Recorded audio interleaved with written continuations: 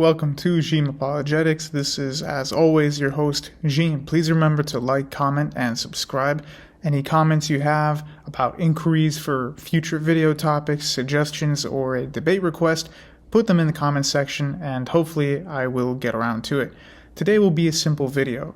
We're going to be talking about some key differences between Catholicism and Orthodoxy. Please stay tuned.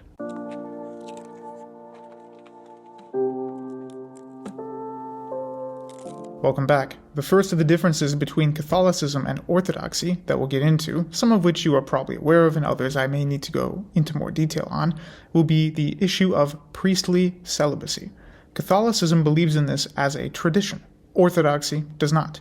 The Latin Rite of Catholicism, which comprises over 98% of all Catholics on earth, does believe in the celibacy of the priest. So you will probably never find a Latin Rite Catholic priest who is actually married, though you may find some Maronite, Chaldean, or Byzantine Rite Catholic priests who are married. The Orthodox Church does not believe in this concept. It is not a tradition, nor is it dogmatic, and I would wager that the majority of Orthodox priests are married. However, Orthodox bishops are not. Another key difference is that Catholicism puts emphasis on scholasticism. Orthodoxy does not.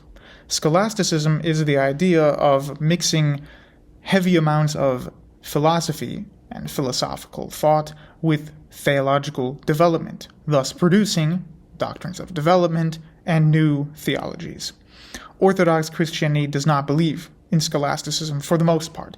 Now, there may be some people who teach Orthodoxy who put scholasticism into their teachings and wield philosophy alongside theology. I'm only pointing out that traditionally the Orthodox Church stuck more to the wisdom of the Greek fathers rather than the philosophy that was developed in the West, ironically also based off Greek philosophers and later Western philosophers. So the Orthodox Church, even though it does not entirely dismiss philosophy as a whole, does not wield it when discussing or justifying their beliefs. Difference number 3.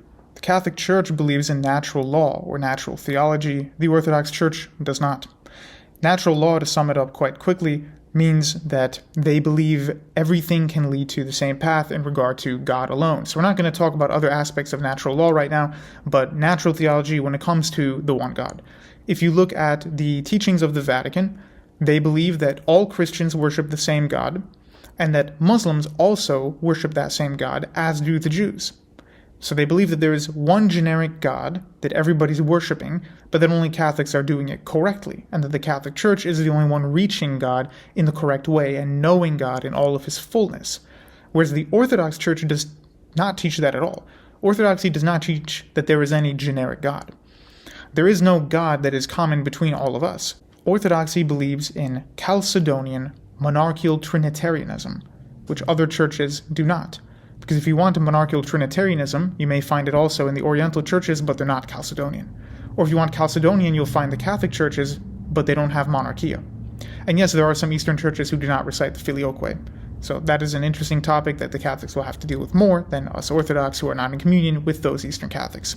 But because of that, nobody has the same exact God because they're not following the same teaching.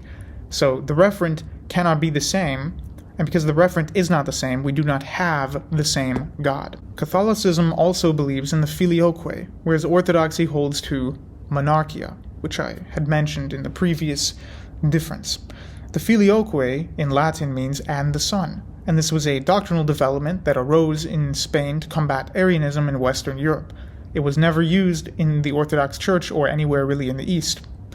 Filioque adds into the Nicene-Constantinopolitan Creed that the Holy Spirit proceeds from the Father, and then the filioque adds, "and the Son." But that phrase, "and the Son," is not found in the original creed, so the Orthodox Church has never changed it. Aside from usurping the idea of changing what is supposed to be an eternal creed, the Orthodox Church also just does not believe the theology of the filioque. We believe that the Holy Spirit can proceed from the Son in an economic way. It's called economic procession. But we do not believe that the Son is the divine origin point of the Holy Spirit, as the Roman Catholic Church teaches.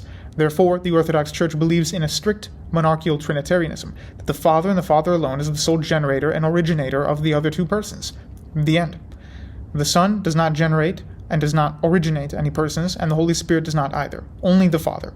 and that is monarchical Trinitarianism. The final difference will be Catholicism believes in absolute divine simplicity, whereas Orthodoxy believes in essence-energy distinction.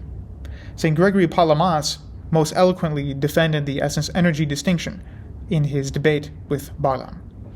And essence-energy distinction, summed up very quickly and very briefly, means that we cannot know God by his incomprehensible, infinite essence, which no human being can comprehend, thus leaning into apophatic theology to describe God, apophatic meaning negation rather than a positive description. So instead of saying God is X, they will say, well, God is not X, or God is not Y. So God is not finite, they would say. God is transcendental. And so if the teaching is that God is transcendental, God is eternal and incomprehensible in his essence, then how on earth can we know God? The Orthodox Church teaches you know God through his activities or his energies.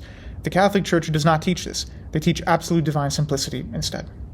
Thank you all for watching for this very, very brief differentiation between the Catholic Church and the Orthodox Church. I'll be doing shorter videos like this in addition to my larger ones, and in the future I'll be doing a lot more refuting, debunking, and hopefully any day now there will be a debate. Thank you all.